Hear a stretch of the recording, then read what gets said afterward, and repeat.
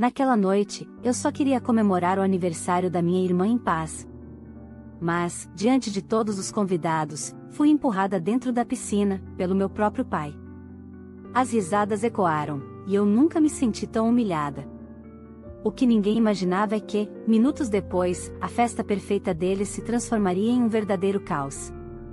Foi ali, encharcada e ferida, que eu descobri uma força que nem sabia que existia, e um segredo capaz de virar o jogo de toda a minha família. Quer saber o que aconteceu depois que eu saí daquela festa? Então escute essa história até o fim, porque, às vezes, o empurrão que te afunda é o mesmo que te ensina a se levantar. Olá, seja bem-vindo ao canal Histórias Surpreendentes. Curta e se inscreva nesse canal, aproveite e ative as notificações. Comente aqui de qual cidade você está assistindo, vou adorar saber e deixar um coração no seu comentário. Desde criança, aprendi que amor, na minha casa, tinha medidas. E a minha sempre foi pequena. Enquanto minha irmã, Helena, era tratada como a filha perfeita, eu parecia ser o erro que meus pais evitavam olhar por muito tempo. Ela era o orgulho da família, a menina dos olhos do papai, a que ganhava tudo sem precisar pedir. Eu era a que trabalhava desde cedo, a que ouvia que precisava se esforçar mais para ser alguém na vida. Com o tempo, deixei de tentar agradar. Passei a viver na minha, estudando, trabalhando, conquistando tudo sozinha. Mas, para eles, isso nunca foi o bastante. Nenhum diploma, nenhuma conquista, nenhum esforço parecia digno de reconhecimento. Para meus pais, o mundo girava em torno da Helena, e eu orbitava em silêncio, como se minha existência fosse apenas um detalhe incômodo na fotografia da família. Quando ela completou 25 anos, meus pais decidiram fazer uma festa de aniversário grandiosa. Era como se estivessem celebrando a coroação de uma princesa. Contrataram buffet, banda, decoração temática e até fotógrafo profissional. O convite chegou para mim por mensagem fria, protocolar, sem um espero que venha. Pensei em recusar, mas algo dentro de mim dizia que eu precisava estar ali, talvez para encerrar de vez um ciclo de humilhações que parecia interminável. Cheguei à festa com um vestido simples, porém elegante. Fui recebida com sorrisos forçados e olhares atravessados. Minha mãe me abraçou com uma rapidez que beirava a impaciência e comentou: "Ainda bem que veio, querida. Só tenta não chamar muita atenção, ok? Hoje é o dia da sua irmã." Engoli o nó na garganta e apenas acenei. Meu pai, por sua vez, estava sóbrio, impecavelmente vestido, cercado por convidados, elogiando a filha em cada frase. "Helena é um exemplo de doçura e beleza", dizia com orgulho, como se o mundo girasse em torno dela. E talvez, para ele, realmente girasse. Enquanto observava de longe, notei que minha irmã parecia ainda mais satisfeita ao perceber meu desconforto. O tempo todo, ela fazia questão de me incluir em piadinhas sutis, sempre com aquele sorriso debochado. Em certo momento, uma amiga dela me perguntou: "Você é mesmo irmã da Helena? Nossa, vocês são tão diferentes." Antes que eu pudesse responder, Helena riu e completou: "Sim, mas a gente aprendeu a conviver." Ela sempre foi mais reservada, digamos assim. A risada coletiva soou como um tapa. Fingi que não me importava, mas cada palavra dela me feria como agulhas invisíveis. Quando o momento do parabéns chegou, todos se reuniram ao redor da piscina, onde uma enorme mesa de bolo estava montada. Helena parecia radiante, cercada de amigos, tirando fotos como uma celebridade. Meus pais a observavam com um brilho nos olhos que eu jamais vi direcionado a mim. Eu estava um pouco afastada, tentando não chamar atenção, quando meu pai, em um tom que misturava ironia e autoridade, disse alto o bastante para todos ouvirem: "Filha, venha mais perto. Tire uma foto com a sua irmã, vai ser lindo." Antes que eu pudesse me aproximar, senti um empurrão firme nas costas. Em um segundo, perdi o equilíbrio e caí dentro da piscina. A água gelada me engoliu junto com o som das gargalhadas ao redor. Quando emergi, encharcada e atonita, vi Helena segurando o riso e dizendo: "Ah, pai, foi só uma brincadeira. Ela leva tudo tão a sério." Meu pai não negou, apenas sorriu satisfeito, como se tivesse acabado de provar um ponto. Saí da piscina em silêncio, com o vestido colado ao corpo, o rosto ardendo de vergonha e o coração fervendo de algo que nunca tinha sentido com tanta força, raiva. Nenhum dos dois veio me ajudar. Ninguém se importou. Peguei minha bolsa, olhei uma última vez para eles e saí. Mas o que eles não sabiam era que aquela festa não terminaria com minha humilhação. Minutos depois, o riso deles se transformaria em pânico. E, pela primeira vez, quem assistiria de longe seria eu. Caminhei até o portão da casa sentindo o peso da água fria escorrer pelo corpo. O som das risadas ainda ecoava atrás de mim, misturado à música alta e às vozes fingidamente alegres. Cada passo que eu dava parecia me afastar não apenas da festa, mas de uma vida inteira de submissão. Quando cheguei à rua, respirei fundo e percebi que, apesar da vergonha, algo dentro de mim estava calmo. Eu não choraria. Não mais. Entrei no carro e me olhei no retrovisor. O rímel borrado, o cabelo colado no rosto, o vestido arruinado. Mas o olhar era outro, firme, decidido. Peguei o celular e abri a galeria. As fotos e vídeos que eu tinha feito ao longo da noite estavam lá, o momento em que Helena zombava de mim, as frases cruéis da minha mãe, os risos dos convidados. Eu não havia planejado aquilo, mas, curiosamente, tinha gravado parte do evento para guardar lembranças. Agora, essas lembranças seriam minha arma.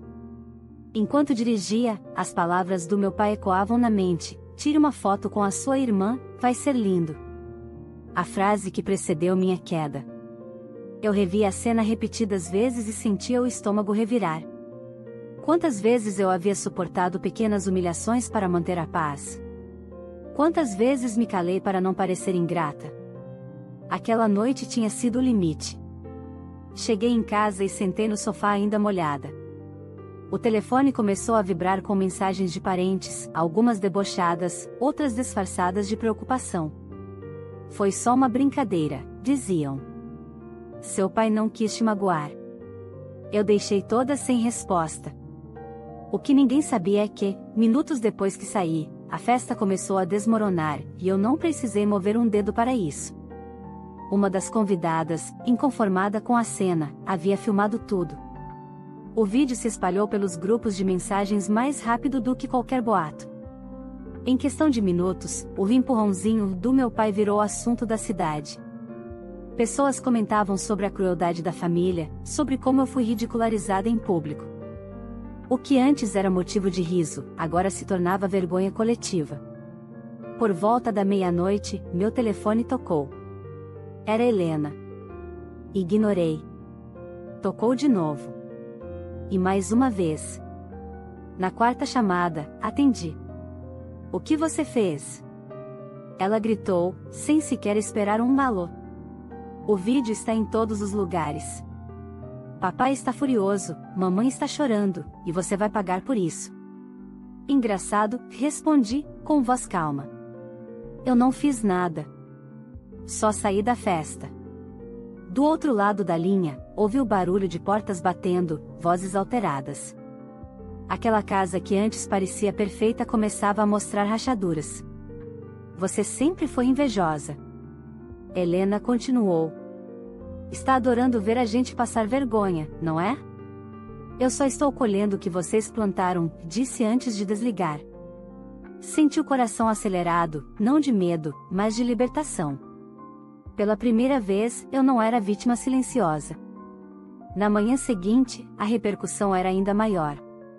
O vídeo estava em páginas locais, acompanhado de manchetes do tipo: pai empurra filha na piscina durante festa luxuosa. Os comentários não poupavam críticas. Alguns diziam que era crueldade pura, outros chamavam de falta de caráter. Meus pais, obcecados pela reputação, começaram a ligar para todos os convidados tentando controlar o estrago. Recebi uma mensagem curta da minha mãe: você precisa tirar isso da internet agora. Está nos envergonhando. Ri sozinha.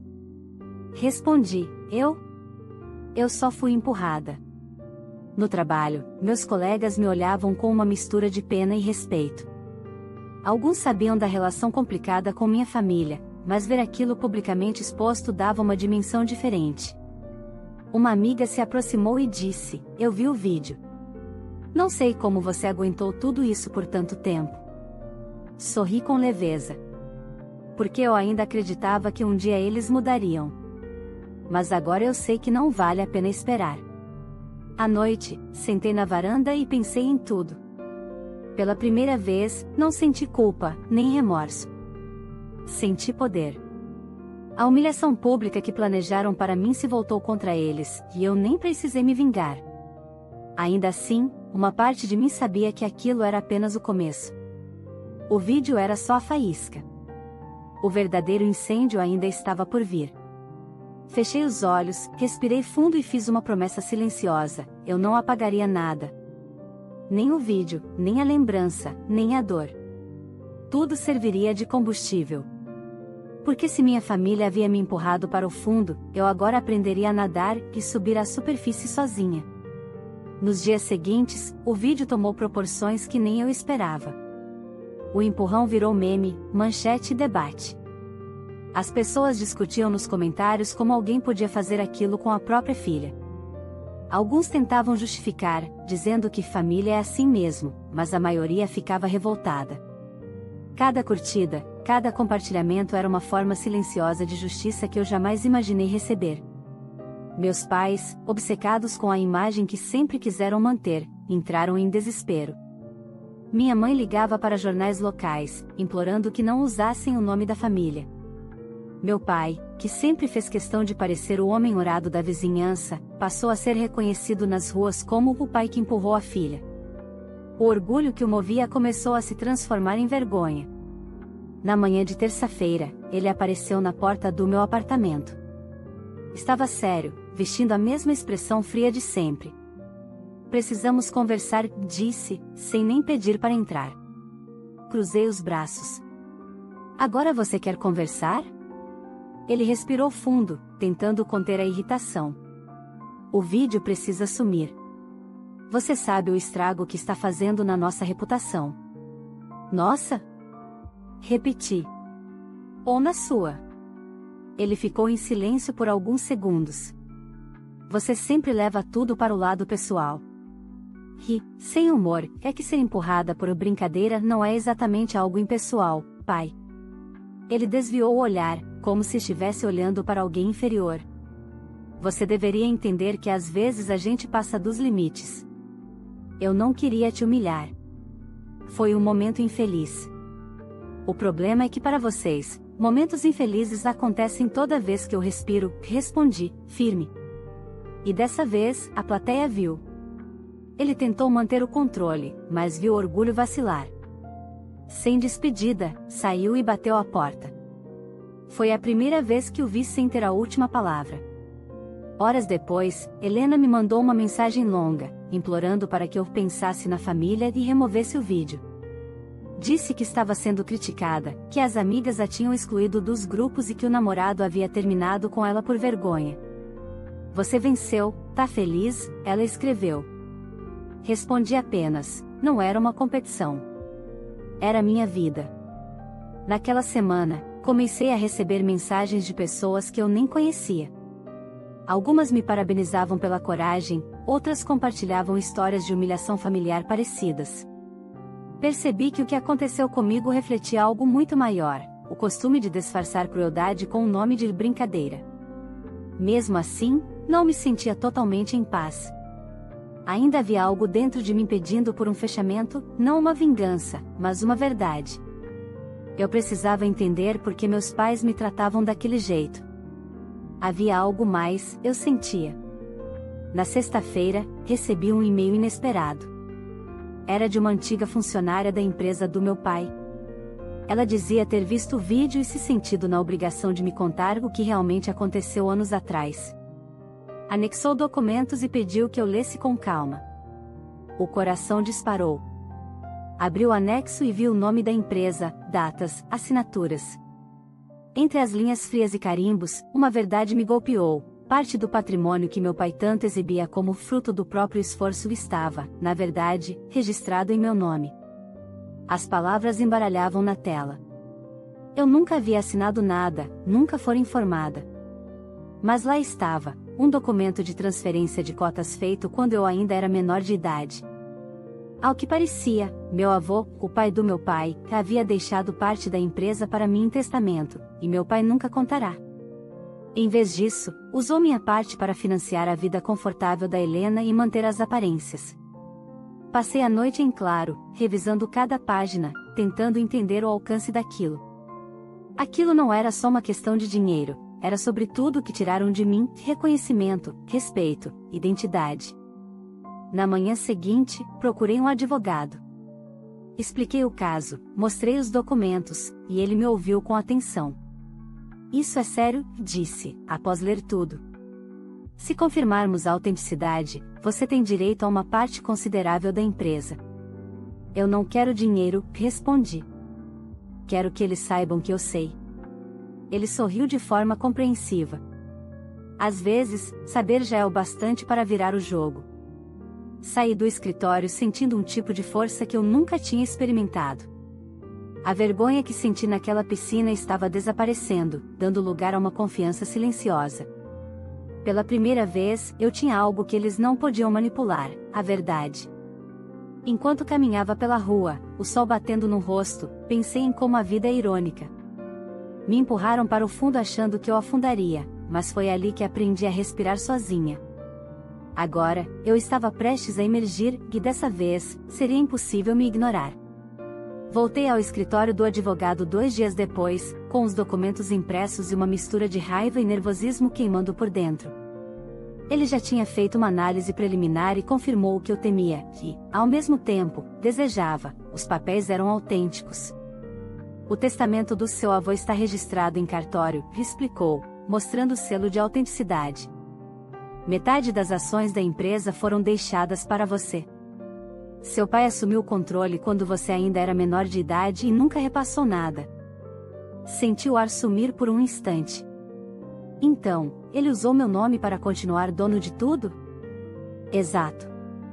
Legalmente, você é sócia da empresa. Só que ele mascarou isso todos esses anos. Saí do escritório com as mãos trêmulas, mas a mente fria. Tudo o que eu precisava estava ali. Decidi que não contaria nada por telefone nem por mensagem. Aquilo merecia ser dito olhando nos olhos de cada um deles. No domingo, fui até a casa dos meus pais. O portão estava aberto, como sempre. A fachada continuava impecável, mas algo no ar parecia diferente, como se a harmonia forjada por anos começasse a desmoronar. Toquei a campainha, e quem atendeu foi Helena. Ela me olhou surpresa, o rosto abatido, os olhos inchados. "O que você quer aqui?" perguntou, com o mesmo tom de superioridade de sempre, mas sem firmeza na voz. "Falar com nossos pais. E com você também. É importante." Ela hesitou, mas acabou abrindo passagem. Entrei e vi minha mãe sentada no sofá, folheando um álbum de fotos antigas, enquanto meu pai estava à mesa, com um notebook aberto. O silêncio que se instalou quando me viram era quase palpável. "O que veio fazer aqui?" Meu pai perguntou, seco. "Já não fez estrago o suficiente?" Coloquei os documentos sobre a mesa. "Vim devolver um pouco da verdade que vocês esconderam." Ele olhou as folhas com desdém, mas a cor sumiu do rosto quando reconheceu as assinaturas. "Onde conseguiu isso?" "De quem trabalhou para você e se cansou de ver tanta injustiça", respondi. "O testamento do vovô, lembra? Aquele que você disse que não existia mais?" "Pois é, existe. E está registrado." Minha mãe se levantou, tentando disfarçar o nervosismo. "Você não entende nada de negócios, querida. Essas coisas são complicadas." "Complicadas?" Ri, incrédula. "Complicado é ser enganada desde os 12 anos. Complicado é ver a filha preferida ser sustentada com o que era meu, enquanto eu ouvia que não era boa o bastante." Meu pai tentou retomar o controle da situação. "Você não vai destruir a nossa família por causa de papel." "Eu não destruí nada, pai. Só tirei o tapete que vocês esconderam embaixo das aparências." Por um momento, o silêncio pesou tanto que pude ouvir o som distante de um relógio na parede. Helena se aproximou, confusa. Isso é sério? É, sim, respondi sem olhar para ela. E você se beneficiou disso também. Tudo que teve de viagens, roupas, a faculdade que nunca terminou, saiu da minha parte. A expressão dela se quebrou. Pela primeira vez, vi culpa nos olhos que sempre me olharam com desdém. Eu não sabia porque nunca quis saber, retruquei. Enquanto eu me virava para pagar minhas contas, vocês viviam do que me pertencia. Meu pai tentou interromper, mas eu continuei, firme, e sabe o que é pior? Eu teria perdoado tudo, se ao menos tivesse recebido um pedido de desculpas quando me empurrou naquela piscina. Mas não. Vocês riram. E agora o riso acabou. Minha mãe se aproximou, a voz trêmula. O que você vai fazer com isso? Ainda não decidi. Mas, por enquanto, quero que saibam que o nome que tanto tentaram apagar agora pesa mais do que o de vocês. Peguei as folhas de volta e me levantei. O olhar do meu pai era uma mistura de raiva e medo, o mesmo homem que sempre controlou tudo agora parecia pequeno diante da filha que desprezou. Quando saí da casa, senti o vento frio bater no rosto e uma sensação estranha me invadir, liberdade. Pela primeira vez, não me senti a ovelha negra. Eu era a dona da história, e eles sabiam disso. Naquela noite, recebi uma ligação de um número desconhecido. Era o advogado da empresa, dizendo que meu pai o havia procurado às pressas. Ele quer propor um acordo, explicou o advogado. Está disposto a reconhecer sua parte oficialmente, contanto que você não exponha mais nada. Fiquei em silêncio por alguns segundos.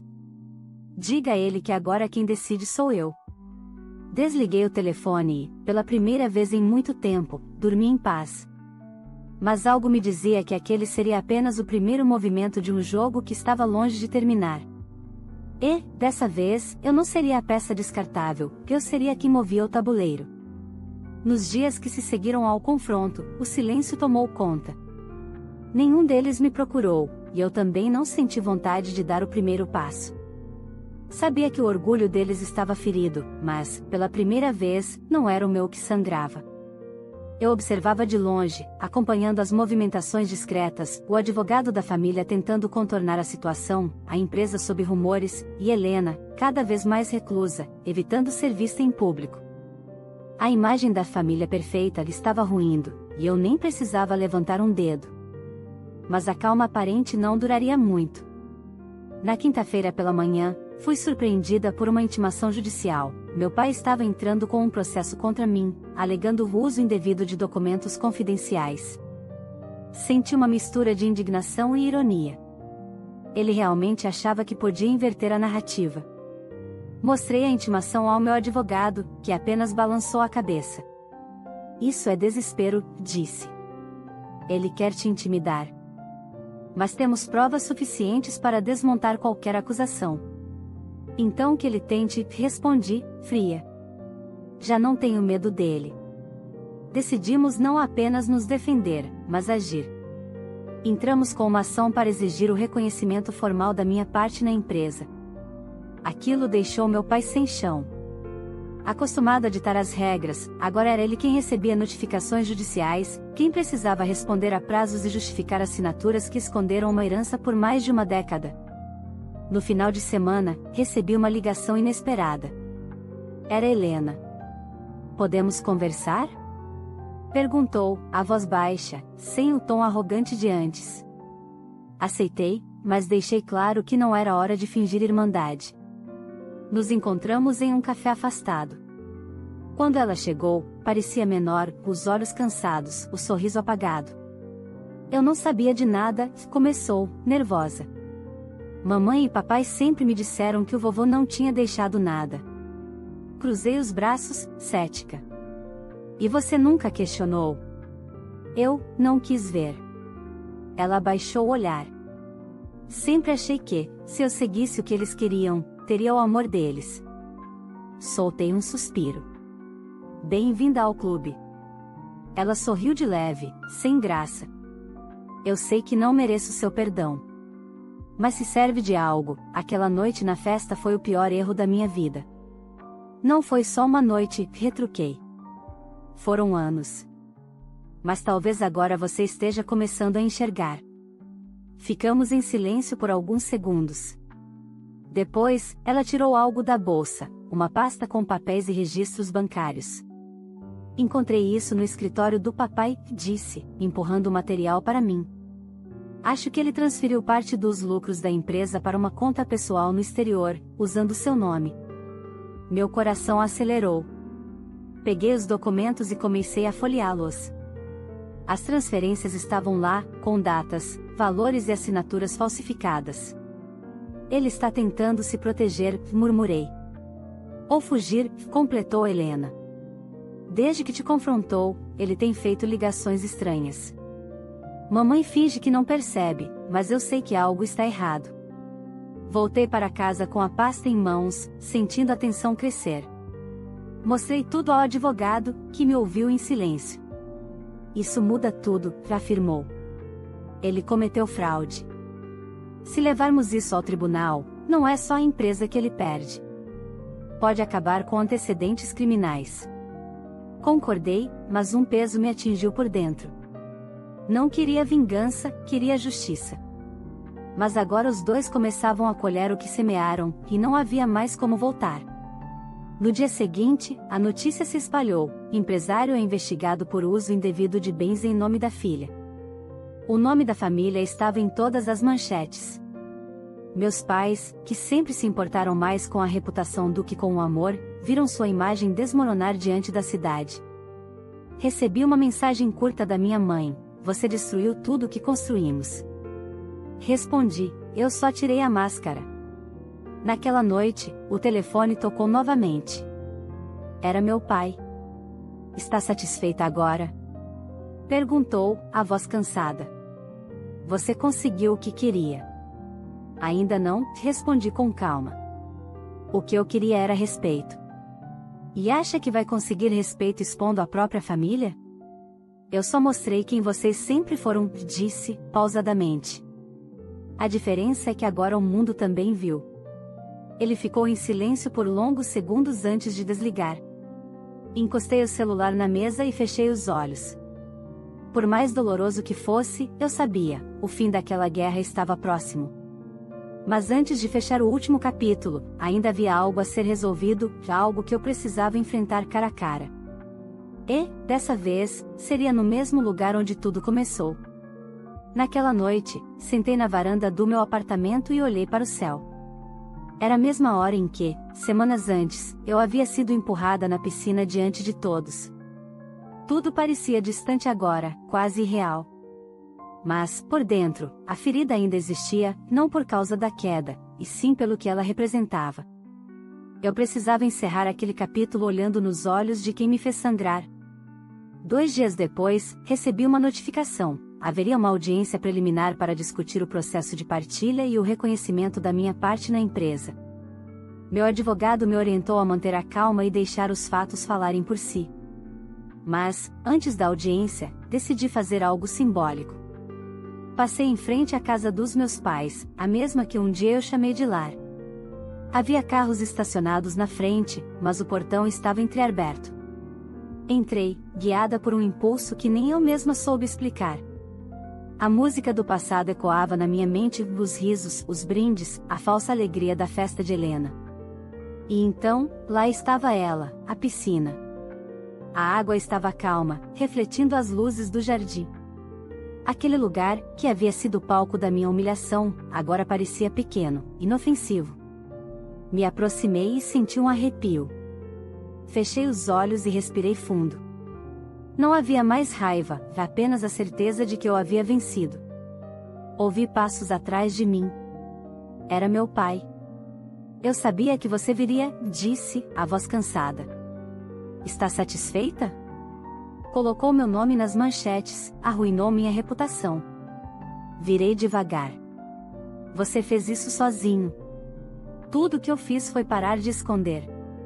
Ele se aproximou, tentando recuperar o tom autoritário de antes, mas havia uma sombra de medo em seus olhos. Você podia ter resolvido tudo entre nós. Entre nós? Perguntei, incrédula. Entre nós foi o que vocês usaram como desculpa para me silenciar. Agora é público, pai. E pela primeira vez, eu não tenho vergonha. Minha mãe apareceu na porta, o rosto abatido, e Helena veio logo atrás. Pareciam esgotadas, como se o peso das próprias escolhas tivesse finalmente caído sobre elas. Por que você teve que levar isso tão longe? Minha mãe perguntou. Porque vocês nunca entenderam o que fizeram, respondi. Achavam que eu suportaria para sempre. Que eu ficaria calada. Mas quando você é empurrada tantas vezes, aprende a se levantar diferente. Helena se aproximou, hesitante. Eu queria te pedir desculpas. De verdade. Olhei para ela. A voz tremia, mas havia sinceridade. Eu acredito em você, disse. Só não espere que tudo volte a ser como antes. Ela concordou, chorando em silêncio. Meu pai permaneceu calado. O homem que um dia me olhou com desprezo agora mal conseguia sustentar o próprio olhar. Sabe o que é irônico, pai? Perguntei, encarando-o. O senhor me empurrou naquela noite achando que eu cairia para sempre. Mas foi ali que aprendi a nadar. Ele desviou o rosto, engolindo em seco. Pela primeira vez, percebi arrependimento, não aquele arrependimento arrogante de quem teme a vergonha pública, mas o verdadeiro, o que corrói por dentro. O que você vai fazer com a empresa? Ele perguntou, num fio de voz. Vou assumir o que é meu, respondi. Mas não vou repetir seus erros. Não vou usar ninguém para me sentir no controle. Ficamos em silêncio por um longo momento. O vento balançava as folhas das árvores, e o reflexo da piscina tremulava como se carregasse memórias. Adeus, pai, murmurei. Espero que um dia você entenda que o respeito vale mais que qualquer herança. Saí dali sem olhar para trás. No portão, ouvi minha mãe chamar meu nome, mas não parei. Havia encerrado o ciclo. A audiência aconteceu 3 semanas depois. Tudo correu como previsto, os documentos foram confirmados, meu nome reconhecido oficialmente como sócia legítima e as irregularidades cometidas por meu pai ficaram registradas. Ele evitou a prisão, mas perdeu o controle sobre a empresa. Enquanto eu assinava os papéis, senti um alívio indescritível. Não era sobre dinheiro, era sobre justiça. Sobre finalmente ser vista, não como a filha esquecida, mas como alguém que se levantou do fundo e reconstruiu a própria história. Helena me enviou uma mensagem dias depois, obrigada por não ter deixado tudo acabar em ódio. Eu estou tentando mudar. Respondi apenas, eu também mudei. Só que, desta vez, por mim. Na semana seguinte, voltei à piscina, não a da casa deles, mas uma pública, simples, perto do meu novo apartamento. Mergulhei com os olhos abertos, sentindo a água fria tocar minha pele. Sorri. Era simbólico, o mesmo elemento que um dia me humilhou agora me purificava. Quando emergi, olhei para o céu e percebi algo simples, mas poderoso, eu não precisava mais provar nada. A menina que saiu encharcada e em silêncio daquela festa havia morrido ali mesmo. A mulher que saiu depois, essa aprendeu a transformar dor em coragem. E, naquela paz silenciosa, eu soube, eles me empurraram para o fundo, mas foi lá que aprendi a respirar. Se você chegou até aqui, me conta, você teria feito o mesmo que essa filha fez? Depois de tudo que ela passou, você teria enfrentado a própria família ou preferiria se afastar em silêncio? Quero muito saber a sua opinião. Aproveita também e deixa o seu like, porque isso ajuda muito o canal a crescer e mostra que você gosta de histórias como essa, cheias de emoção, superação e justiça. Se ainda não é inscrito, se inscreva agora e ative o sininho para não perder as próximas histórias que estão de arrepiar. Ah, e me conta de qual cidade você está assistindo este vídeo. Quero passar nos comentários e deixar um coração especial para quem ficou comigo até o final dessa história. Compartilhe esse vídeo com alguém que precisa ouvir que, por mais fundo que a gente caia, sempre é possível se reerguer e que, às vezes, o fundo é apenas o começo de uma nova vida.